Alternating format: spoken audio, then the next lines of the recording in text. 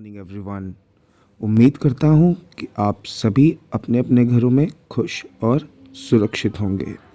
आपका एक बार फिर स्वागत है आपके अपने YouTube चैनल एडुज्ञान पर, जहाँ मैं आपका एजुकेटर आपका स्वागत करता हूँ इस ऑनलाइन एजुकेशनल प्लेटफॉर्म में, जो कि ऑर्गेनाइज्ड किया गया है हमारे देवस्य इंटरनेशनल स्कूल द्वारा। तो बच्चों, आज के लेक्चर में क्या है ख़ास, उसे जानने के लिए इस वीडियो को अंत तक ज़रूर देखिए, क्योंकि ये video GACB course from standard 10th subject SS से चैप्टर नंबर 8 से हम आज आपके लिए लेके आए हैं टेक्सचुअल रिवीजन। यानी अगर आप किसी टेस्ट के लिए प्लान कर रहे हैं और चैप्टर 8 के पिछले वीडियोस आपने हमारे देखे हैं, तो आपको कहीं ना कहीं कन्फ्यूजन होगा कि मुझे आंसर्स कैसे बनाने हैं। तो इस वीडियो में आपके इस सवाल का जवाब आपको मिल जाएगा। पर उससे पहले, अगर आपने इस चैनल को सब्सक्राइब नहीं किया है तो सब्सक्राइब कर लीजिए और बेल बटन को दबाना ना भूलिए। चलिए दोस्तों, शुरू करते हैं आज का ये video from the chapter natural resources. तो बच्चों, जैसा कि आपकी टेक्स्ट बुक का इंटरफेस है, आपकी एक्सरसाइज के अंदर, या फिर हम बात कर लें 10th स्टैंडर्ड के एसएस के बोर्ड एग्ज़ाम के पेपर स्टाइल की, तो उसके अंदर आपको 3 तरीके के क्वेश्चंस देखने को मिलते हैं। यानी first we can say that a short type questions, ऐसे सवाल जो आपके लिए डिस्क्राइब करने में करीबन 150 से 200 शब्द, या फिर अगर हम पॉइंट की बात करें तो 4 to 5 पॉइंट्स आपको इसमें मेंशन करने होते हैं। ये मार्क्स के लिए, इतने क्वेश्चंस के लिए आपको 2 से 3 मार्क्स मिलते हैं। यानी 2 से 3 मार्क्स के लिए आपको minimum to minimum 5 to 6 point spare करके रखने हैं, ताकि आपको पूरे मार्क्स मिल सकें। उसके बाद जो डायरेक्टेड क्वेश्चंस आ रहे हैं वो आपको 3 से 4 मार्क्स में पूछे जाते हैं। यानी हम अगर कह सकें तो ये मीडियम रेंज के क्वेश्चंस होते हैं, और ये क्वेश्चंस आपको 3 to 4 मार्क्स प्रोवाइड करेंगे। इसके लिए आपको मिनिमम 8 पॉइंट्स, मैक्सिमम 10 पॉइंट्स, जितना अगर आप अपने दिमाग में पॉइंट्स लेके चलते हैं तो ये आपके लिए बेनिफिशियल होगा। उसके बाद अंततः जो आपको ब्रीफ क्वेश्चंस देखने को मिलते हैं, ये आपसे 5 मार्क के क्वेश्चंस के लिए पूछे जा सकते हैं, और ये क्वेश्चन सबसे लेंदी होते हैं, और इसके लिए मिनिमम आपको 12 पॉइंट्स और मैक्सिमम जितना आप लिख सके, क्योंकि ये एग्जामिनर पर डिपेंड करता है कि आपके पॉइंट्स की वैल्यू क्या है। यानी सिर्फ हमारा जो टारगेट है वो पॉइंट्स लिखना नहीं है, बल्कि उस पॉइंट्स के साथ आपके वैल्यू भी होनी चाहिए। यानी जो भी पॉइंट्स आप लिख रहे हैं उस पॉइंट्स के अंदर क्वेश्चन से रिलेटेड आंसर ही होना चाहिए। अगर आप ऐसा करते हैं तो इतने पॉइंट्स लिखना आपके लिए सफिशिएंट होगा। तो शुरुआत करते हैं सबसे पहले डिटेल क्वेश्चन से, ठीक है, जो कि पूछ रहा है आपसे what you mean by resources, describe it's usage. यानी क्वेश्चन में 2 पार्ट्स हैं। पहला पार्ट आपसे ये पूछ रहा है कि संसाधन क्या है, यानी रिसोर्सेस क्या है, और उसका यूज़ आप कैसे कर सकते हो। जिन लोगों ने हमारा पार्ट 1 देखा है चैप्टर नंबर 8 का, उन्हें पता होगा resources is anything which is used by man, which is present in nature as well as artificial. यानी कहीं ना कहीं रिसोर्स हर वो चीज़ है जो इंसान द्वारा उपयोग में ली जाती है, चाहे वो नेचर से मिले या फिर इंसान उसे खुद बनाए। इसके अलावा यूसेज भी आपने पार्ट 1 में देखा था कि कैसे आप रिसोर्सेज को अलग अलग जगहों पर यूज़ कर सकते हैं, ठीक है। अब इस क्वेश्चन में आपको मिनिमम 2 मैक्सिमम 3 मार्क क्वेश्चन ये पूछा जा सकता है, तो आपको दिमाग में 4 to 5 पॉइंट्स लिखने हैं। यानी सबसे पहले आपकी रिसोर्स की डेफिनेशन आ जाएगी, और डेफिनेशन के बाद आप उसके 2 या 3 यूजेस भी लिख सकते हैं, जिससे आपके 4 से 5 पॉइंट इस क्वेश्चन पर बन जाएंगे। सेकंड क्वेश्चन की बात करते हैं। ये पूछ रहा है आपसे मीनिंग ऑफ सॉइल कंजर्वेशन और रेमेडीज़, कि आप कैसे उस सॉइल कंजर्वेशन को इम्प्रूव कर सकते हैं, आप अच्छे से उस सॉइल को बचा सकते हैं, ठीक है, सेव कर सकते हैं। तो सबसे पहले आपको सेम जैसा फर्स्ट में किया था, सॉइल कंजर्वेशन की डेफिनेशन लिखनी है। That what do you mean by soil conservation, right? It is a process which conserve the soil, which saves the soil from erosion, right? Erosion आपने पढ़ा हुआ है, हमारे पिछले पार्ट्स में हमने डिस्कस किया है कि कैसे सॉइल इरोजन जो होता है उससे फर्टिलिटी पर डायरेक्ट इफेक्ट पड़ता है, जिसकी वजह से जो लैंड होती है वो बैरन हो जाती है। बैरन मीन्स जो फर्टिलिटी खो देती है। तो सॉइल कंजर्वेशन करना ज़रूरी है क्योंकि हमें एग्रीकल्चर करना है। तो soil conservation is a process of conserving the soil from erosion and save it for the future generation and also use it in agriculture.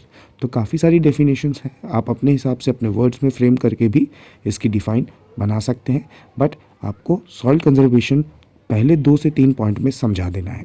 उसके बाद के जो 4 पॉइंट आएंगे उसमें आप कोशिश करें कि रेमेडीज़ को जानें और रेमेडीज़ के अकॉर्डिंग ही आंसर लिखें।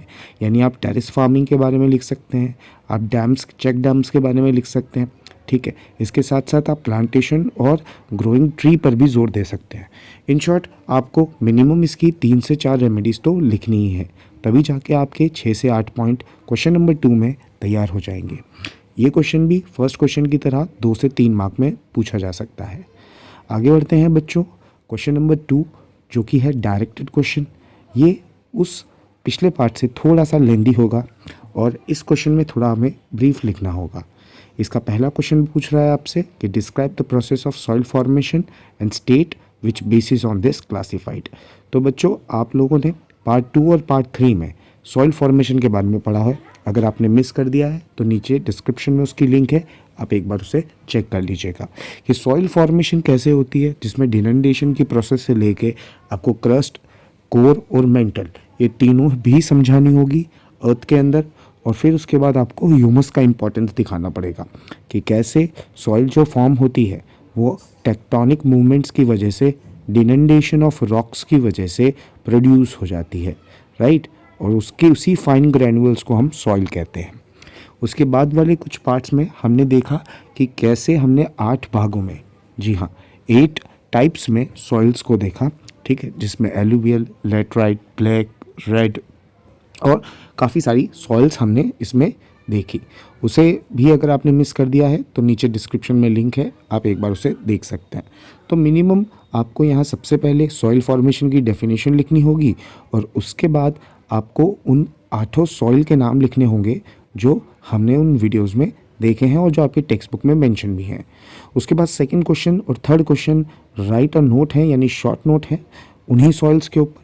तो आप अगर उन 8 सॉइल्स को बेहतर तरीके से याद कर लेते हैं तो आपके लिए ये तीनों क्वेश्चन बनाना इजी होंगे। इसके लिए एक मंत्रा मैं आपको दे रहा हूँ।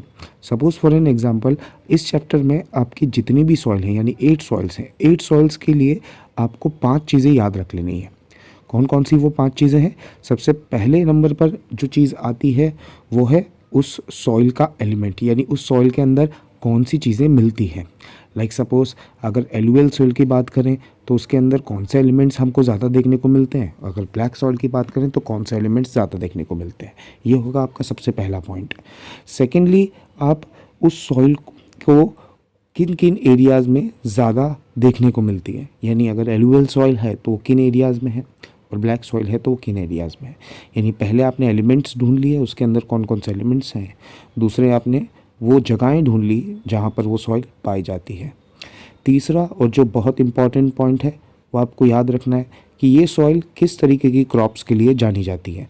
यानी अगर एलुवियल सॉइल है तो वो किस तरीके की क्रॉपिंग में ज़्यादा हेल्पफुल होगी, और अगर ब्लैक सॉइल है तो वो किस तरीके के सॉइल में ज़्यादा आपको देखने को मिलेगी, यानी कहाँ कौन सी क्रॉप्स में ब्लैक सॉइल ज़्यादा बेनिफिट करती है। इसके अलावा चौथा और पांचवा पॉइंट में हम लिमिटेशंस लिख सकते हैं। लिमिटेशंस ये आपके ऊपर निर्भर करता है कि उस सॉइल को आप कैसे देख रहे हैं, ठीक है। जैसे अगर हम रेड सॉइल की बात करें, ठीक है, तो वो इतनी ज़्यादा फर्टाइल नहीं होती कंपेयर टू ब्लैक के, ठीक है। तो हम ये कर सकते हैं कि जो भी सॉइल के बारे में आपको शॉर्ट नोट लिखना है आप उसकी लिमिटेशंस भी तैयार करें।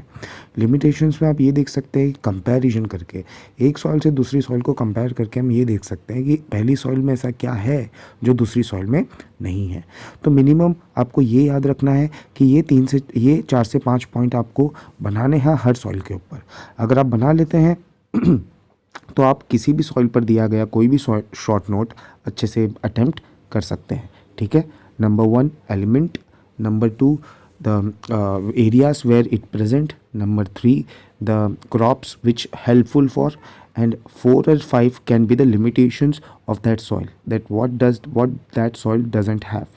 उसके बाद आखिरी जो चरण आ रहा है आपका थर्ड क्वेश्चन, उसमें ब्रीफ क्वेश्चंस होंगे जो कि आपके लिए सबसे लेंदी क्वेश्चंस होंगे। और ये लेंदिंग क्वेश्चन में आपको ज़्यादातर एनालिटिकल क्वेश्चंस ही दिए जाएंगे, यानी आपसे ये पूछा जाएगा कि आप इस चैप्टर के बारे में क्या समझे और अपने शब्दों में इस चैप्टर को डिस्क्राइब करेंगे आप।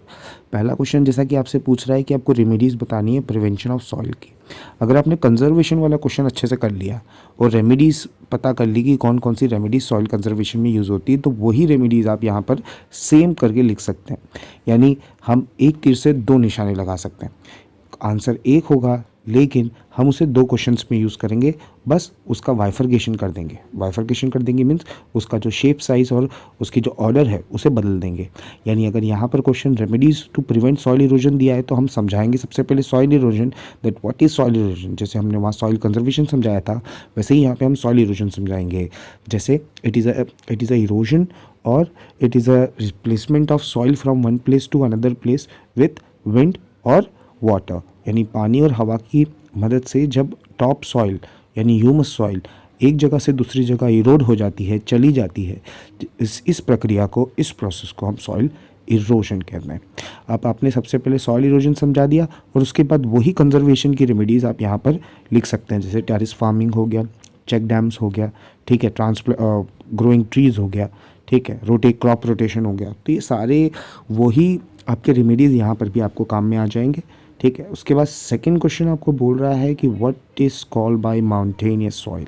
सेम जैसे शॉर्ट नोट में हमने किया कि माउंटेनियस सॉइल के बारे में भी आपको ऐसे ही जान लेना है कि माउंटेनियस सॉइल कहाँ मिलती है, इसमें कौन से एलिमेंट्स होते हैं और ये किस तरीके की क्रॉपिंग में ज़्यादा हेल्पफुल होती है। और अगर इसका कोई हम लिमिटेशन ढूंढें, जैसे माउंटेनियस सॉइल फर्टाइल इतनी नहीं होती कंपैरेटिवली, ठीक है, और ये जनरली स्लोपी एरियाज़ में होती है, तो इस वजह से इसके अंदर जो पेड़ों को पकड़ने की क्षमता होती है, यानी the holding capacity of tree, वो भी कंपैरेटिवली कम होती है कंपेयर टू लास्ट क्वेश्चन। ये भी एक शॉर्ट नोट है लेकिन डेजर्ट सॉइल पर। डेजर्ट सॉइल बाकी सारी सॉइल से काफ़ी अलग है, तो आप इसमें काफ़ी सारी चीज़ें लिख सकते हैं, ठीक है। जैसे ये किसी क्रॉपिंग में नहीं आती, ठीक है, ये एरिड लैंड में ज़्यादा मेरे को मिलेगी, राइट। उसके अलावा ये उन एरियाज़ में ज़्यादा मिलेगी जहाँ पर आपको ट्रीज़ नहीं है, जहाँ पे गर्म जगहें हैं, ऐसी जगहों पर सैंडी लैंड है। एलिमेंट्स कौन से हैं ये अभी आपको अच्छे से याद में रखना है। तो बच्चों ये फर्स्ट 3 क्वेश्चंस जो आपकी एक्सरसाइज में दिए गए हैं ये आपको अच्छे से बना लेने हैं। पॉइंट्स जैसे मैंने आपको सजेस्ट किए हैं आप वैसा भी कर सकते हैं, लेकिन अगर आप प्लान्ड वे में आंसर्स लिखेंगे तो आपको मार्क्स मिलने के चांसेस ज़्यादा होंगे। अब उसके बाद जो उसका अगला पार्ट है आपका, ठीक है, वो होगा आपका एमसीक्यूज़ पार्ट, जो सबसे पहले पूछा जाएगा। इस चैप्टर के अंदर आपको 4 ही एमसीक्यूज़ दिए हुए हैं, ठीक है। तो शुरुआत करते हैं। पहले एमसीक्यूज़ थे जो आपसे पूछ रहा है कि कौन से ऐसे रिसोर्सेज हैं और ऐसे रिसोर्सेज जो सिर्फ पूरी दुनिया में 1 या 2 जगहों पर ही पाए जाते हैं। बहुत सारे बच्चे इस क्वेश्चन को कंफ्यूज हो जाएंगे और वो सी और डी यानी रेयर रिसोर्सेज और सॉलिटरी रिसोर्सेज में थोड़ा सा कंफ्यूज हो जाएंगे, ठीक है, क्योंकि टेक्स्ट बुक में जो दिया गया है वो रेयर रिसोर्सेज की डेफिनेशन ऐसी है, the resources which are formed in very few places, यानी कुछ जगहों पर मिलने वाले रेयर स्पेसेस। लेकिन इसका आंसर है बच्चों डी, सॉलिटरी रिसोर्सेस। क्यों? क्योंकि ये वो रिसोर्सेस हैं जो ऑलमोस्ट एक्सटिंक्ट हो गए हैं, यानी ख़त्म हो चुके हैं और सिर्फ 1 या 2 जगहों पर ही देखने को मिलते हैं। और वैसे ही जो रेयर रिसोर्स हैं वो एंडेंजर्ड हैं, यानी धीरे धीरे ख़त्म हो रहे हैं और ये कुछ जगहों पर अब भी पाए जाते हैं। उसी तरह यूनिवर्सल रिसोर्स और कॉमनली अवेलेबल, ये तो क्वेश्चन से रिलेट ही नहीं कर रहा है, क्योंकि यूनिवर्सल भी अबैंडेंटली वर्ल्ड में है, यानी बहुत ज़्यादा अमाउंट में है, सब जगह मिलते हैं, और कॉमनली अवेलेबल भी। तो ए और बी तो बिल्कुल भी नहीं है। सी और डी में कंफ्यूज नहीं होना है, डी को ही आपको चुनना है जो है सॉलिटरी रिसोर्सेस। सेकेंड एमसीक्यू से आपसे पूछ रहा है कि वो सॉइल जो फॉर्मेशन होती है उसको में जो एलिमेंट्स है वो कौन से हैं जो कि पैरेंटल रॉक द्वारा परफॉर्म किए जाते हैं, which means soil formation take place due to dash of elements of parental rock. कि सॉइल फॉर्मेशन क्यों होता है, किस वजह से। तो इस पे भी आपको चारों दिए हुए हैं, लेकिन आपको बिल्कुल भी कंफ्यूज नहीं होना है और ए पर टिक दे रहना है। क्यों? क्योंकि weathering of rocks means degradation of rocks, यानी आपस में टेक्टोनिक प्लेट्स के टकराने से और सॉइल इरोजन से ही सॉइल फॉर्म होती है। यानी जब सॉइल एक जगह से दूसरी जगह जाती है और ज़मीन के नीचे टेक्टोनिक प्लेट्स के कंस्ट्रक्टिव और डिस्ट्रक्टिव इफेक्ट्स के कारण जो सॉइल होती है वो प्रोड्यूस होती है, फॉर्म होती है। तो पहला ही इसका आंसर है वेदरिंग एंड इरोजन। उसके बाद तीसरा एमसीक्यू आपसे बोल रहा है कि ऐसी कौन सी सॉइल है जिसका नाम पड़खाऊ सॉइल भी है। ठीक है बच्चों, पड़खाऊ, PADKHAU। अब पड़खाऊ सॉइल जो है ये बैल का पुराना नाम है। ठीक है, तो बच्चों आपको याद रखना है, लेटराइट सॉइल बी टिक करना है आपको। इसमें पड़खाऊ सॉइल का दूसरा नाम है लेटराइट सॉइल, तो हम कह सकते हैं। उसके बाद चौथा और आखिरी एमसीक्यू आपसे जो पूछा जाएगा वो है कि recently the soil of India is been classified into dash types. और ये ICAR यानी Indian council of agriculture research ने हमारी इंडिया की सॉइल को कितने पार्ट्स में डिवाइड किया है, तो ये आप सब जानते हैं, ये है 8 पार्ट्स। ठीक है बच्चों, तो फर्स्ट का आंसर डी यानी सॉलिटरी रिसोर्सेज, सेकंड का आंसर बी यानी weathering of rocks and erosion, and then third का आंसर है B laterite soil, it's also known as पड़खाऊ सॉइल, एंड देन फोर्थ का आंसर है ICAR ने 8 टाइप्स में हमारे इंडिया की सॉइल को क्लासिफाइड किया है। ठीक है बच्चों, तो उम्मीद करता हूँ आज का ये वीडियो आपको समझ आया होगा, पता चला होगा कि चैप्टर नंबर 8 में जो क्वेश्चंस आपसे पूछे जाएंगे वो कैसे होंगे और उसका आंसर आपको कैसे करना है। ठीक है, कोई कमेंट, कोई सजेशन हो तो प्लीज़ आप नीचे कमेंट बॉक्स में अपने व्यूज़ रख सकते हैं। एक बार फिर अगर आपने इस चैनल को सब्सक्राइब नहीं किया है तो प्लीज़ सब्सक्राइब कर दीजिएगा और बेल बटन को दबाना ना भूलिएगा। Thank you so much for watching and giving attention. We'll get back to you soon. Till then, take care of yourself and your family. I'm your educator, Gaurav Adhanik, signing off today. Jai Hind.